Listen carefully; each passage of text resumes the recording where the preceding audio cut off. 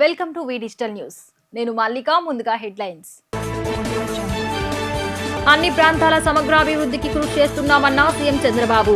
రాష్ట్ర పరిధిలో ఉన్న సమస్యలన్నీ దశల వారీగా పరిష్కరిస్తామని వెల్లడి.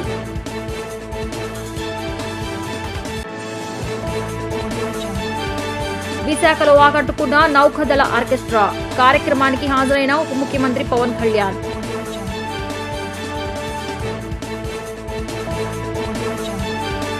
అయ్యప్ప భక్తులకు శుభవార్త.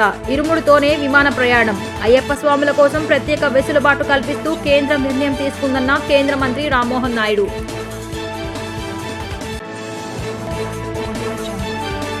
రాష్ట్రంలో 3 ప్రాంతాల అభివృద్ధి లక్ష్యంగా పనిచేస్తున్నామని సీఎం చంద్రబాబు స్పష్టం చేశారు. ఇందుకు అనుగుణంగా 3 ప్రాంతీయ జోన్లు ఏర్పాటు చేస్తామన్నారు. అభివృద్ధి ఏ ఒక్క ప్రాంతానికో పరిమితం లేకుండా అన్ని ప్రాంతాల సమగ్రాభివృద్ధికి కృషి చేస్తున్నట్లు చెప్పారు. రాజధాని రైతులంతా ఇక ఒకే గొడుగు కిందకు రావాలని సూచించారు. అమరావతి ప్రాంత అభివృద్ధి అసోసియేషన్ కింద అంతా ఒకే జేఏసీగా ఏర్పడితే వారితో సంప్రదిస్తూ అన్ని సమస్యలు పరిష్కరిస్తామని స్పష్టం చేశారు. టీడీపీ కేంద్ర కార్యాలయంలో మాట్లాడిన ముఖ్యమంత్రి చంద్రబాబు పలు విషయాలను వెల్లడించారు. రాజధాని రైతులు కోరిన క్యాపిటల్ గెయిన్స్ మినహాయింపు కేంద్ర ఆర్థిక మంత్రికి వివరించామని తెలిపారు. కేంద్రం చర్చించి నిర్ణయం తీసుకుంటుందన్నారు. రాష్ట్ర పరిధిలో ఉన్న సమస్యలన్నీ దశల వారీగా పరిష్కరిస్తామని అన్నారు. పనుల కోసం ప్రభుత్వ కార్యాలయానికి వెళ్లే రాజధాని రైతుల నుంచి సిబ్బంది డబ్బులు అడిగితే తీవ్ర పరిణామాలుంటాయని హెచ్చరించారు.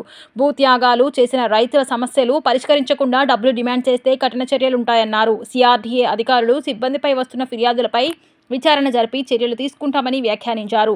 రాష్ట్రంలో అవినీతి నిర్మూలనకు ప్రత్యేక దృష్టి పెట్టామని, త్వరలోనే ఆ దిశగా కార్యాచరణ రూపొందిస్తామని తెలిపారు. రైతు సమస్యల పరిష్కారంలో తొలుత కొంత గ్యాప్ ఉందన్న సీఎం తనతో సమావేశం తర్వాత అన్నింటిపైన స్పష్టత వచ్చిందన్నారు. రైతులు కూడా ఆనందంగా ఉన్నారని వెల్లడించారు. 2వ దశ భూ సమీకరణ ఉపయోగాలపై రైతులకు వివరించారన్నారు. మున్సిపాలిటీగా అమరావతి మిగిలిపోకుండా మహానగరంగా అభివృద్ధి చెందితే ఎలాంటి ఫలితాలు ఉంటాయో రైతులు అర్థం చేసుకున్నారన్నారు. త్రిసభ్య కమిటీ నిరంతరం రైతులతో సంప్రదింపులు జరుపుతుందని తెలిపారు. రాజధాని అభివృద్ధి ఇక అన్స్టాపబుల్ అన్నారు. రాజధాని చుట్టుపక్కల ప్రాంతాల్లో లేఅవుట్లకు అనుమతులు సమస్యను త్వరలోనే పరిష్కరిస్తామని తెలిపారు. గోదావరి పుష్కరాల నాటికి పోలవరం పూర్తి చేసే దిశగా కృషి చేస్తున్నామని ఆయన స్పష్టం చేశారు. విశాఖపట్నంలోని తూర్పు నౌకాదళ కేంద్రంలో ఇండియన్ నేవల్ సింఫనిక్ ఆర్కెస్ట్రా సంఘం 2025 కార్యక్రమం నిర్వహించారు.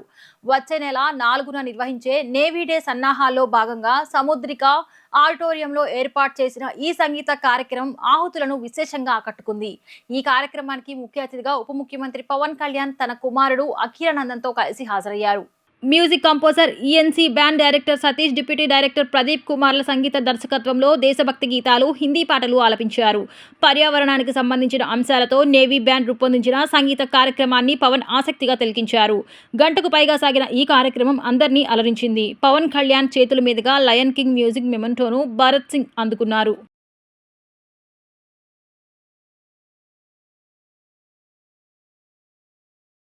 విమానంలో శబరిమల వెళ్లాలనుకుంటున్న అయ్యప్ప స్వామి భక్తులకు కేంద్ర పౌర విమానయాన శాఖ మంత్రి కింజారపు రామ్మోహన్ నాయుడు శుభవార్త చెప్పారు. అయ్యప్ప స్వాములు అత్యంత పవిత్రంగా భావించే ఇరుముడిని తమతో పాటే నేరుగా విమానంలో తీసుకెళ్లేందుకు అనుమతి ఇస్తున్నట్లు ప్రకటించారు. ఈ ప్రత్యేక సడలింపు జనవరి 20 వరకు దేశవ్యాప్తంగా వర్తిస్తుందని ఆయన తెలిపారు. ఈ సందర్భంగా కేంద్ర మంత్రి రామ్మోహన్ నాయుడు మాట్లాడుతూ ఎయిర్పోర్ట్ భద్రతా సిబ్బందికి అయ్యప్ప భక్తులు సహకరించాలని, ఇరుముడి స్క్రీనింగ్ తనిఖీల సందర్భంలో అధికారులు సూచనలు అనుసరించాలని సూచించారు. శబరిమల యాత్రకు వెళ్లే అయ్యప్ప భక్తుల భావోద్వేగాలను గౌరవిస్తూ ఇరుముడిని తమతో పాటు నేరుగా విమానంలో తీసుకెళ్లేందుకు పౌర విమానయాన మంత్రిత్వ శాఖ అనుమతి ఇచ్చిందని తెలియచేయడానికి సంతోషిస్తున్నామని అన్నారు. అవసరమైన అన్ని భద్రతా ప్రమాణాలను కట్టుదిట్టంగా అమలు చేస్తూనే భక్తుల సాంప్రదాయాలను గౌరవిస్తూ ఈ నిర్ణయం తీసుకున్నామని ఆయన పేర్కొన్నారు. అందరికీ నమస్కారం. అయ్యప్ప స్వామి భక్తులు ముఖ్యంగా మన దక్షిణాది రాష్ట్రాల నుండి ఈ సమయంలో పెద్ద ఎత్తున మాల ధరించి పవిత్ర దీక్ష చేపట్టి శబరిమల వెళ్లి ఆ స్వామి వారిని దర్శనం చేసుకుంటారు. కిందటి సంవత్సరం కేంద్ర మంత్రిగా నేను బాధ్యతలు స్వీకరించిన తర్వాత విమానంలో ప్రయాణం చేసే అయ్యప్ప స్వామి భక్తుల సమస్యలు నా దృష్టికి వచ్చాయి. వెంటనే భక్తుల సౌకర్యార్థం మా సెక్యూరిటీ రూల్స్ లో మార్పులు చేసి విరుముడి నేరుగా తమతో పాటు తీసుకుని వెళ్లే విధానం, ఆ మార్పులు మేము తీసుకొని వచ్చాం.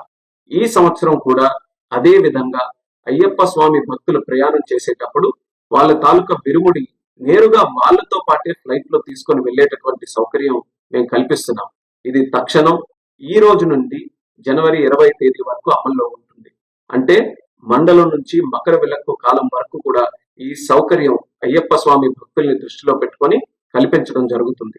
ఈ కూటమి ప్రభుత్వం దేశ ఆచార సాంప్రదాయాలకు భక్తుల మనోభావాలకు అత్యంత ప్రాధాన్యతనిస్తుంది.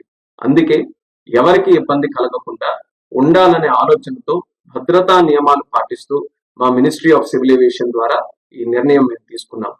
దీన్ని భక్తులందరూ కూడా సద్వినియోగం చేసుకుంటారని, మీ అయ్యప్ప స్వామి దీక్ష విజయవంతంగా జరగాలని, స్వామి తాలూకు ఆశీస్సులు పొంది అందరికీ కూడా మంచి జరగాలని ఈ సందర్భంగా కోరుకుంటున్నాను. నమస్కారం. ఓం స్వామియే శరణమయ్యప్ప. నన్ను రాజకీయంగా ఎదుర్కోలేక నాపైన నా కొడుకు పైన అసత్య ఆరోపణలు చేస్తున్నారని మంత్రి గుమ్మడి సంధ్యారాణి ఆరోపించారు. నా కొడుకుకు ఎలాంటి సంబంధం లేని విషయంలో ఇరికించారని ఆమె మండిపడ్డారు. టీడీపీ కేంద్ర కార్యాలయంలో ఏర్పాటు చేసిన విలేకరుల సమావేశంలో మంత్రి గుమ్మిడి సంధ్యారాణి మాట్లాడుతూ ఎలాంటి పాపం తెలియని తన కుమారుడిని జోలికొస్తే ఊరుకునేది లేదని హెచ్చరించారు. రాజకీయంగా నా ఎదుగుదల చూసి ఓర్వలేక నన్ను లక్ష్యంగా చేసుకున్నారని మండిపడ్డారు. జగన్ మీడియా నన్ను నా కుమారుడిని లక్ష్యంగా చేసుకుని గతంలోనూ తప్పుడు వార్తలు రాసిందని అన్నారు. విజయవాడలో నా కుమారుడు పుట్టినరోజు వేడుకలు చేసుకుంటే తిరుపతిలో చిందులు అని రాశారు. నేను కేసు పెట్టేందుకు సిద్ధమవడంతో నా కాళ్లు పట్టుకుని బతిలిమాడుకొని క్షమాపణలు చెప్పారు. ఇప్పుడు మళ్లీ నా కుమారుడిని లక్ష్యంగా చేసుకుని ఆరోపణలు చేస్తున్నారు. ఆరోపణలు వచ్చిన వెంటనే నా వ్యక్తిగత సిబ్బందిని పక్కన పెట్టాను. పోలీసులకు ఫిర్యాదు చేశాను. ఆరోపణల్లో నిజాలను నిగ్గు తేల్చాలని కోరాను. వారం రోజుల్లో వాస్తవం ఏమిటనేది ప్రజలకు తెలుస్తుందని ఆమె తెలిపారు. నేను ఈరోజు మారుమూల గిరిజన గ్రామాల్లో రోడ్లు కావాలని పవన్ కళ్యాణ్ గారిని అడిగితే, అన్న నాకు మాట ఇచ్చి మీకు మారుమూల గిరిజన గ్రామాల్లో రోడ్లు వేస్తామని చెప్పి ఒకసారి మా నియోజకవర్గం కూడా వచ్చి చూసి ఒక రోడ్డుకి శంకుస్థాపన చేసి కూడా వచ్చారు. అంటే ఇలాంటి పెద్దలు సీఎం గారు, డిప్యూటీ సీఎం గారు, విద్యాశాఖ మంత్రి లాంటి పెద్దలు నాకు సపోర్ట్ చేస్తున్నారని, నేను నియోజకవర్గాన్ని డెవలప్ చేస్తున్నానని, ముఖ్యంగా అరకు పార్లమెంట్ అంతా కూడా డెవలప్ చేస్తున్నానని, ఎస్టీ మంత్రిగా ఎస్టీలకు ఇంతకు పూర్వం మీరు ఏవైతే ఇబ్బందులు పెట్టారో ఆ ఇబ్బందులు పూర్తిగా తప్పించి గిరిజనులందరికీ కూడా ఇంతకు పూర్వం మీరు ఏవైతే 18 పథకాలు తీసేశారో ఆ పథకాలన్నీ కూడా ఒకటికొకటి పునరుద్ధరిస్తున్నాం. ఈరోజు హాస్టల్స్లో ఎక్కడ కూడా ఇబ్బంది లేకుండా ఒకటికొకటి అన్నిటికీ ఆర్ఓ ప్లాంట్లు ఇవ్వటం కానీ, అన్నిటికీ అందరికీ కూడా మంచి భోజనం పెట్టడం కానీ, యూనిఫామ్ కానీ ఇవన్నీ చేసుకుంటూ వెళ్తున్నాం. ఈరోజు మౌలిక సదుపాయాల కల్పనకే ఎక్కువ డబ్బులు ఖర్చు పెడుతున్నాం. ఇలాంటి పరిస్థితుల్లో మీరు తట్టుకోలేక నియోజకవర్గంలో ఉనికి కోల్పోతుందని కొంతమంది పెద్దలు స్టేట్లోనే వాళ్ళు నాశనం అయిపోతున్నారని, ఇప్పుడు సాక్షి పేపరు, సాక్షి టీవీ ఏవైతే ఉన్నాయో, నిన్న మా జనాలు మీరు చూసుంటారు. దాదాపు 300-400 మంది జనాలు రోడ్డు మీదకి వచ్చి ఎందుకు మా మేడం గారిని ఎంత ఇబ్బంది పెడుతున్నారని కార్యకర్తలే స్వయంగా బయటకు వచ్చి ధర్నా చేసిన పరిస్థితి మీరు ఎప్పుడైనా చూసారా? ఎందుకంటే మేమందరం కలిసి పని చేసుకుంటున్నాం. మేమందరం తారతమ్యాలు లేకుండా అందరూ అన్నదమ్ముల జిల్లా పని చేసుకోబట్టే ఈరోజు సాలూరు నియోజకవర్గం అభివృద్ధి చెందుతుంది. ఆ అభివృద్ధిని చూడలేక మీకు నిజంగా దమ్ము ధైర్యం ఉంటే నన్ను రాజకీయంగా ఎదుర్కోండి, నన్ను మీరేం మాట్లాడాలంటే మాట్లాడండి. అంతేగాని నా బిడ్డల జోలికి వస్తే మాత్రం తస్మాత్ జాగ్రత్త, ఊరుకోను. ఈరోజు ఎవరు కంప్లైంట్ ఇచ్చారో ఈ రేపు తెలుస్తుంది కదా, వారం రోజులో 10 రోజులు నేను పోలీసులు ఎంక్వైరీ చేయమని చెప్పాను. నేను కనీసం పోలీసుల్ని మనం ఏది కూడా ప్రభావితం చేయకూడదనే ఉద్దేశంతో మా పిఏని కూడా తప్పించి నేను ప్రత్యక్షంగా నేను దేంట్లోని దూరను మీరు చెయ్యండి అని చెప్పాం. పోలీసులకు ఎంక్వైరీ చేయమన్నాం. పోలీసులకు వారం రోజుల్లో 10 రోజుల్లో తేలిపోద్ది కదా, సైబర్ నుంచి ఫోన్ డేటాస్ వస్తాయి కదా. వచ్చిన తరువాత అప్పుడు నేనంటే చూపిస్తాను. ఎందుకో తెలుసా, నా మీద మీరేం అలిగేషన్ చేసినా నేను పడతాను, కానీ నా బిడ్డల మీద చేస్తే నేను పడను.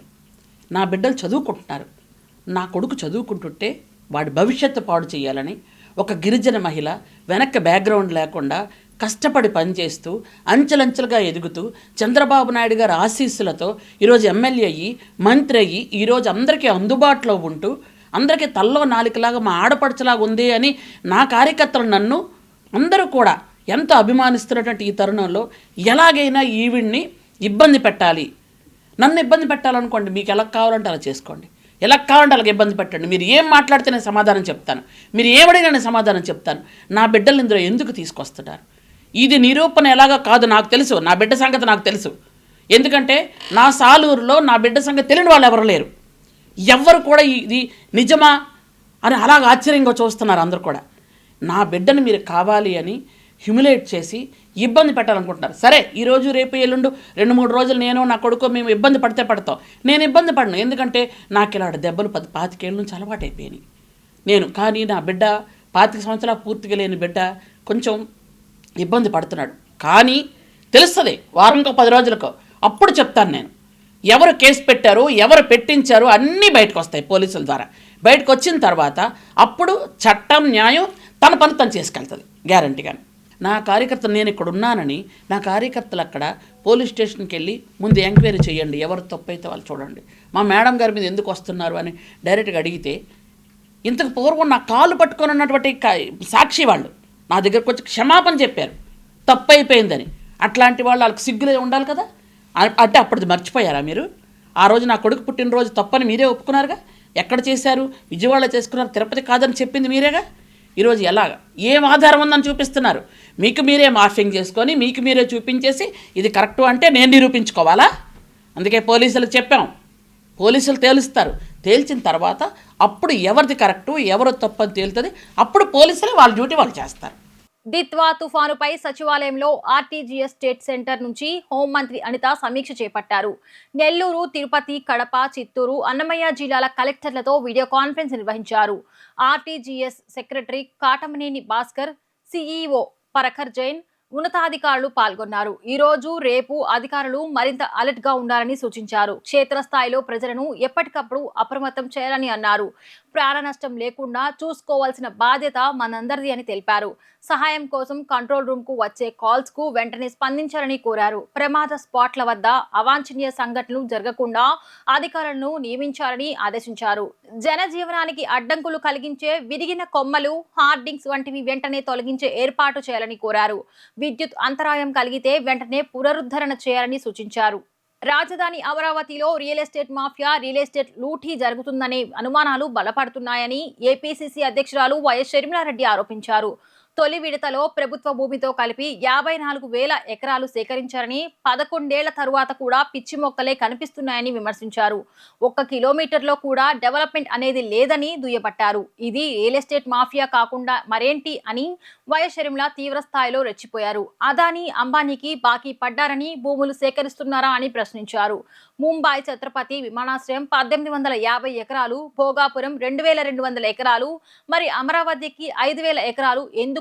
బీజింగ్, లండన్లలో ఒలింపిక్స్ నిర్వహించే స్పోర్ట్స్ సిటీలు 150 ఎకరాల విస్తీర్ణమే, మరి అమరావతి స్పోర్ట్స్ సిటీకి 2500 ఎకరాలు ఎందుకు అని ఆమె ప్రశ్నించారు. రాజధాని అమరావతి పేరులో ఒక రియల్ ఎస్టేట్ మాఫియా లేదా ఒక రియల్ ఎస్టేట్ లూటీ జరుగుతుందేమో అని మాకు అనుమానంగా ఉంది.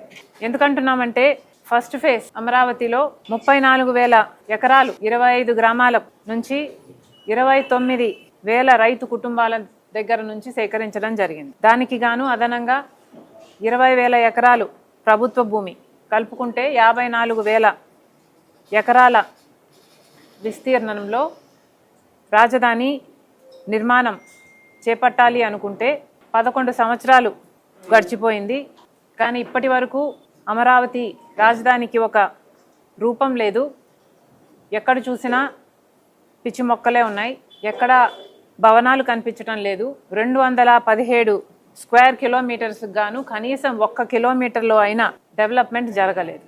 కానీ ఈ 54,000 ఎకరాలలో మొత్తం డెవలప్మెంట్ జరిగిపోయినట్టే, అమరావతి ఒక విశ్వనగరం అయిపోయినట్టే, అమరావతి ఒక బెస్ట్ లివబుల్ సిటీగా వీళ్ళు మార్చేసినట్టే. ఇప్పుడు ఇంకా డెవలప్ చేయడానికి అమరావతిలో భూములు లేనట్టే. ఇప్పుడు చంద్రబాబు గారు మళ్ళీ సెకండ్ ఫేజ్ భూసేకరణకు స్కెచ్ వేస్తున్నారు. ఇది ఎంతవరకు న్యాయమో మరి చంద్రబాబు గారే సమాధానం చెప్పాలి. 54,000 ఎకరాలను మీరు అమరావతి కోసమని తీసుకొని దాంట్లో ఏమాత్రం డెవలప్మెంటు చూపించకుండానే సెకండ్ ఫేజ్గా 44,000 ఎకరాలను తీసుకోవడానికి సిద్ధపడ్డారు. దానికి గాను 16,666 ఎకరాలేమో 7 గ్రామాల నుంచి వెంటనే సేకరించడానికి తయారైపోయారు. ఇక చంద్రబాబు గారు అంటారు, మనకు రాజధానిగా ఒక అంతర్జాతీయ స్టాండర్డ్స్తో ఉన్న రాజధాని కావాలా వద్దా, మనకు రాజధానిగా ఒక మున్సిపాలిటీ కావాలా లేక గ్లోబల్ సిటీ కావాలా అని మళ్ళీ చంద్రబాబు గారే ప్రశ్న వేస్తున్నారు. ఈ 54,000 ఎకరాలను పూర్తిగా డెవలప్ చేసేసినట్టు ఇక అదనంగా 44,000 ఎకరాలు తప్పకుండా కావాలి అన్నట్టుగా ఇప్పుడు చంద్రబాబు గారు కలరింగ్ ఇస్తున్నారే. దీంట్లో అంట 5,000 ఎకరాలు గ్రీన్ఫీల్డ్ ఎయిర్పోర్ట్ కంట. గ్రీన్ఫీల్డ్ ఎయిర్పోర్ట్కి 5,000 ఎకరాలట. ముంబైలో శివాజీ ఛత్రపతి ఎయిర్పోర్ట్కి ఉన్నది 1850 ఎకరాలు. భోగాపురంలో ఎయిర్పోర్టుకు కేటాయింపు జరిగింది 2,200 ఎకరాలు అనుకుంటా. ఇక్కడ మన గన్నవరంలో ఎయిర్పోర్టుకు ఉన్నది 1,250,000 ఎకరాలు కావచ్చు. మరి చంద్రబాబు గారికి 5,000 ఎకరాలు ఎందుకు కావాలో అర్థం కావటం లేదు. Visakhapatnam is the biggest city as of now in Andhra Pradesh. Visakhapatnam భోగాపురానికే 2,200 ఎకరాల ఎయిర్పోర్ట్ ఉంటే మరి అమరావతికి 5,000 ఎకరాలలో ఎయిర్పోర్ట్ అవసరమా? అంత బిజినెస్ ఇక్కడ ఉందా? అంత ట్రాఫిక్ ఇక్కడ ఉందా? ఇప్పటికే ఇప్పుడు ఉన్న ఎయిర్పోర్టుకు గాను వస్తున్నది కేవలం 90% of the planes are ATRs. ATRs అంటే అర్థమవుతుంది కదా, చిన్న ప్లేన్లు, బొమ్మ ప్లేన్లు లాగా ఉంటాయి. కనీసం మనిషి కూర్చున్నాక కాలు చాపుకుందామా అంటే అసలు పొడుగ్గా ఉంటే మనిషికి కాలు కూడా పట్టవు దాంట్లో. అలాంటి ప్లేన్లే వస్తున్నాయి. చంద్రబాబు గారికి, పవన్ కళ్యాణ్ గారికి, లోకేష్ గారికి వాళ్ళు కమర్షియల్ ప్లేన్స్లో ట్రావెల్ చేయరు కాబట్టి తెలియకపోవచ్చేమో అని చెప్తున్నాము. సార్ ఇక్కడికి వచ్చేవి అన్నీ మోస్ట్లీ 90% ATRsే. ముందు అది బాగు చేయండి. ముందు ఇక్కడున్న ఈ ఎయిర్పోర్ట్లో ఉన్న ప్లేన్స్ కండిషన్స్ని బాగు చేయండి. ఇప్పుడున్న ట్రాఫిక్కి, ఇప్పుడున్న ఫ్లై చేసే ట్రాఫిక్కి, ఈ జనానికి మీరు మేలు చేయండి. పక్కనే కొత్త ఎయిర్పోర్ట్ కూడా కడుతున్నారు. ఆ ఎయిర్పోర్ట్ కంప్లీషన్ కూడా ఇంకా కాలేదు. ఎప్పుడు ఎయిర్పోర్ట్కి వెళ్ళినా దాని మీద పనులు జరుగుతూనే ఉంటాయి, కానీ ఇప్పటికీ డెలివరీ కాలేదు. ప్రజా రాజధానిని మరింతగా అభివృద్ధి చేసేందుకు రాష్ట్ర ప్రభుత్వం 2వ విడత ఈ భూ సమీకరణ చేస్తుందని రాష్ట్ర సామాజిక సంక్షేమ బోర్డు చైర్మన్ పోతుల బాలకోటయ్య స్పష్టం చేశారు. అభివృద్ధి విస్తరింప చేసేందుకు రాజధాని ప్రాంతంలోని 7 గ్రామాల పరిధిలో 16,666 ఎకరాలను మొదట విడత భూ సమీకరణ పద్ధతిలోనే రైతులను ఒప్పించి తీసుకుంటుందన్నారు. ప్రెస్ క్లబ్ లో ఏర్పాటు చేసిన విలేకరుల సమావేశంలో రాష్ట్ర సామాజిక సంక్షేమ బోర్డు చైర్మన్ పోతుల బాలకోటయ్య మాట్లాడుతూ వైసీపీ పార్టీకి చెందిన జే మీడియా అమరావతిలో ఏదో జరిగిపోతోందని తప్పుడు ప్రచారం చేస్తోందని ఆరోపించారు. గత 5 ఏళ్ల రాజధాని అమరావతికి పట్టడు మెతుకులు పెట్టని వైసీపీ నాయకులకు అమరావతిపై మాట్లాడే అర్హత లేదన్నారు.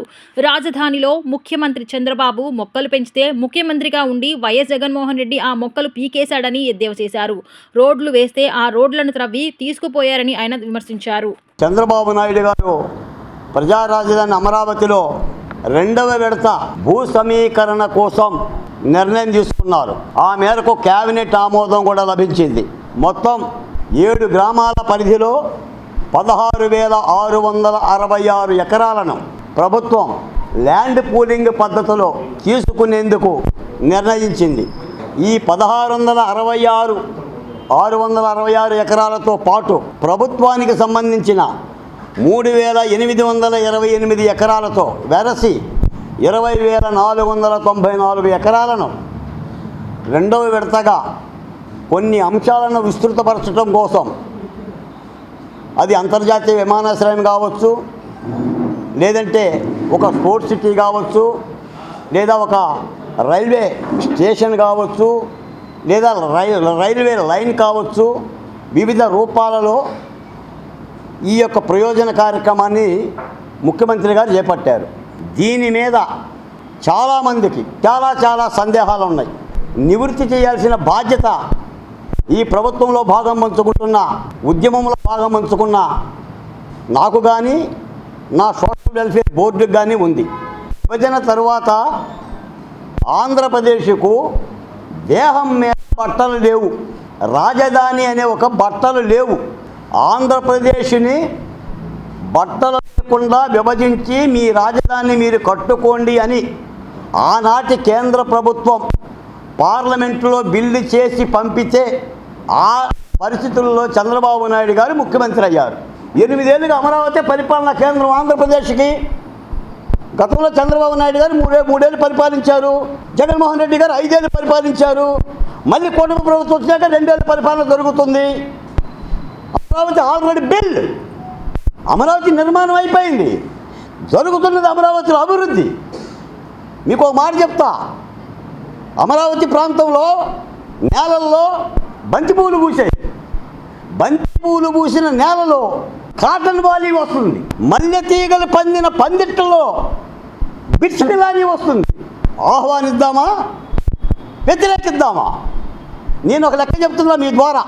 అంటే అమరావతి మీద నిప్పులు కక్కే వాళ్ళకి, ముఖ్యంగా వైసీపీ సోషల్ మీడియాకి, లేదా జగన్మోహన్ రెడ్డి గారికి, ఆయన అనుబంధ శిష్యగణానికి, రాజధాని అమరావతిలో ఎకరం పంట పండిస్తే ఏడాదికి రైతుకు వచ్చే లాభం 1,00,000-1,50,000. ఈ రోజున క్వాంటమ్ వాల్యూ వస్తే అదే నేలకు వచ్చే లాభం ఎంత? ఈ రోజున అమరావతిలో నేలకున్న ధర ఎంత?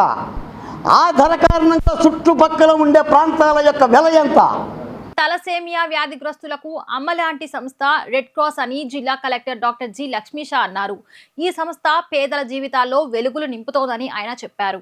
ఇండియన్ రెడ్ క్రాస్ సొసైటీ ఆధ్వర్యంలో గాంధీనగర్లోని రోటరీ రెడ్ క్రాస్ బ్లడ్ బ్యాంక్లో తలసేమియా వ్యాధిగ్రస్తులకు రక్త మార్పిడి కేంద్రాన్ని జిల్లా collector doctor G Lakshmisha, IRCS NTR జిల్లా చైర్మన్ డాక్టర్ సమరం తదితరులతో కలిసి ప్రారంభించారు. ఈ సందర్భంగా కలెక్టర్ లక్ష్మీషా మాట్లాడుతూ ఇదో మంచి కార్యక్రమమని అన్నారు. తలసేమియా వ్యాధిగ్రస్తులకు రెడ్ క్రాస్ నిస్వార్థంగా సేవలందిస్తుందని పేర్కొన్నారు. రాష్ట్రంలో తలసేమియా వ్యాధిగ్రస్తులు దాదాపు 2,000 నుంచి 3,000 వరకు ఉన్నట్లు పేర్కొన్నారు. తలసేమియా వ్యాధిగ్రస్తులకు ఉన్నతమైన ఆరోగ్య జీవితాన్ని అందించేందుకు రెడ్ క్రాస్ కృషి చేస్తోందన్నారు. బోన్ మ్యారో ట్రాన్స్ప్లాంటేషన్ సేవలను కూడా అందించేందుకు సంస్థ కృషి చేస్తోందని తెలిపారు. రెడ్ క్రాస్ బృందంతో పాటు వైద్య నిపుణులు చూపుతున్న చొరవ వెలకట్టలేనిదని, గౌరవ రాష్ట్ర గవర్నర్ దార్శనికతను అనుగుణంగా సమిష్టి కృషితో రెడ్ క్రాస్ సేవలను విస్తృతం చేసేందుకు కృషి చేస్తున్నట్లు ఆయన తెలిపారు.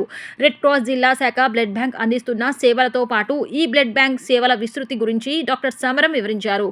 తలసేమియా వ్యాధిగ్రస్తులకు రక్త మార్పిడితో పాటు బోన్ మ్యారో ట్రాన్స్ప్లాంటేషన్ గురించి కూడా వైద్య నిపుణులు వివరించారు.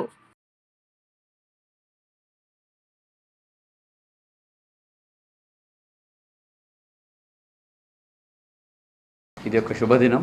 ఈరోజు ఎన్టీఆర్ జిల్లాలో రెడ్ క్రాస్ ఆధ్వర్యంలో బ్లడ్ బ్యాంక్తో పాటు బ్లడ్ బ్యాంక్లో తలసేమియా పేషెంట్కి బ్లడ్ ట్రాన్స్ఫ్యూషన్, అలాగే తలసేమియా పేషెంట్స్కి బోన్ మ్యారో ట్రాన్స్ప్లాంటేషన్ ఆపరేషన్కి శ్రీకారం చుట్టడం జరిగింది. దీనికి రెడ్ క్రాస్ సంస్థని నేను అభినందిస్తున్నాను. గవర్నర్ గారు ఎంతో చొరవ తీసుకుని ప్రతి జిల్లాలో ఇటువంటి ఒక ఫెసిలిటీస్ టేకప్ చేయాలి. ప్రతి ఒక్క పేదవాళ్ళకి రెడ్ క్రాస్ అండగా ఉండాలి.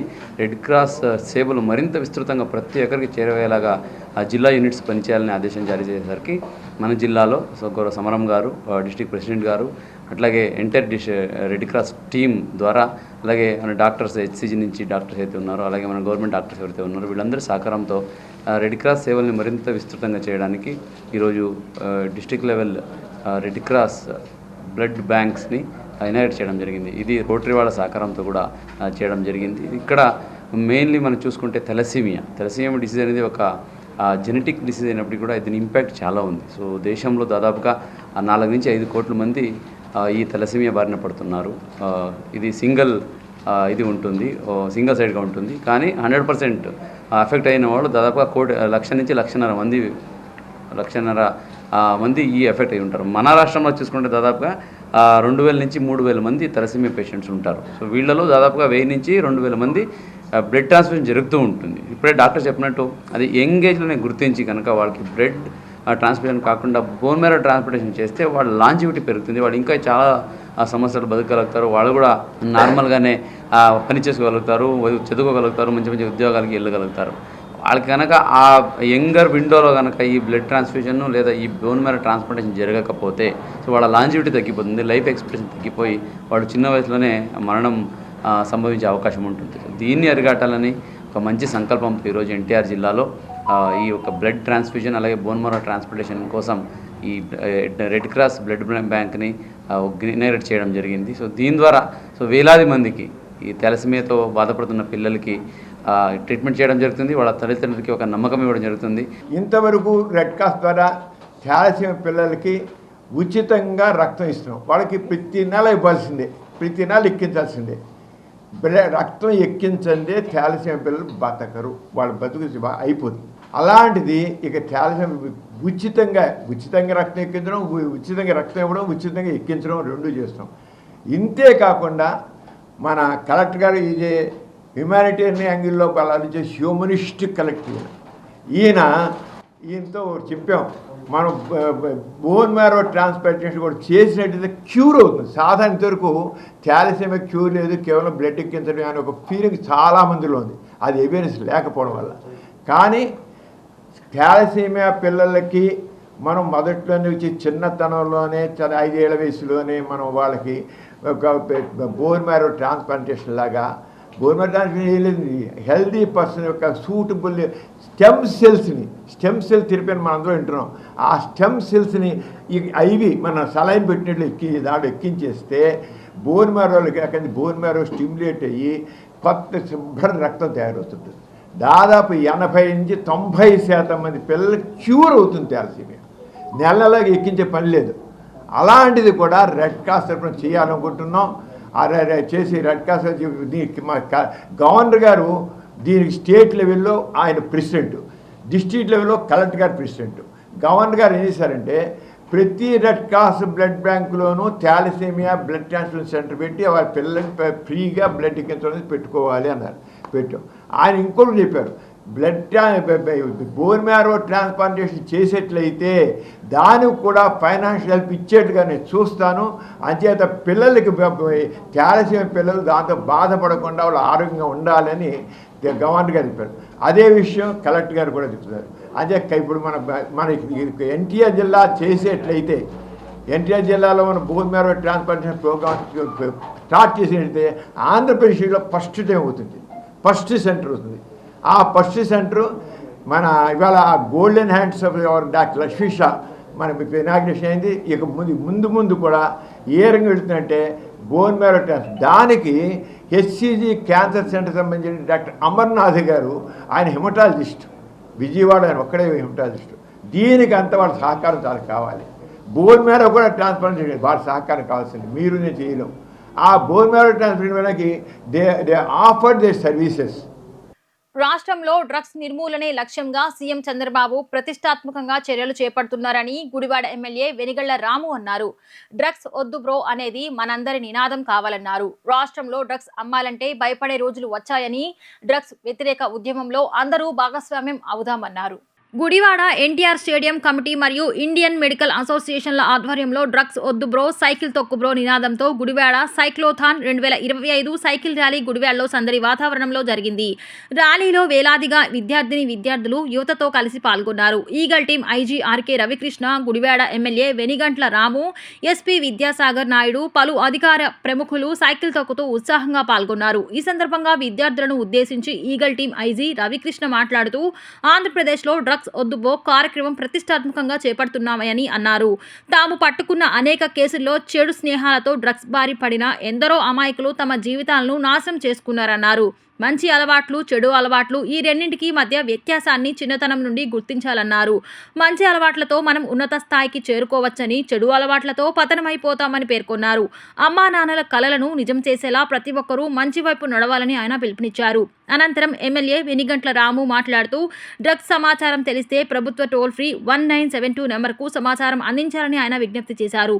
ఎస్పీ విద్యాసాగర్ నాయుడు మాట్లాడుతూ ఓ మంచి కార్యక్రమానికి ఇన్ని వేల మంది చిన్నారులు రావటం సంతోషకరమని హర్షం వ్యక్తం చేశారు. సమాజంలో డ్రగ్స్ మహమ్మారిని రూపుమాపటంలో తాము చేస్తున్న కృషికి నేడు చిన్నారులు ఇస్తున్న ప్రోత్సాహం చూస్తుంటే తాము మరింత ఉత్సాహంగా పనిచేస్తామని ఎస్పీ పేర్కొన్నారు. బులెటిన్ ముగించే ముందు ముఖ్యాంశాలు మరొకసారి. అన్ని ప్రాంతాల సమగ్రాభివృద్ధికి కృషి చేస్తున్నామన్న సీఎం చంద్రబాబు. రాష్ట్ర పరిధిలో ఉన్న సమస్యలన్నీ దశల వారీగా పరిష్కరిస్తామని వెల్లడి.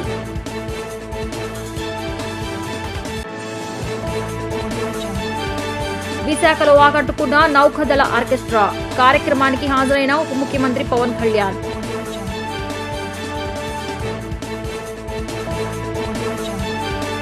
అయ్యప్ప భక్తులకు శుభవార్త. ఇరుముడితోనే విమాన ప్రయాణం. అయ్యప్ప స్వాముల కోసం ప్రత్యేక వెసులుబాటు కల్పిస్తూ కేంద్రం నిర్ణయం తీసుకుందన్న కేంద్ర మంత్రి రామ్మోహన్ నాయుడు.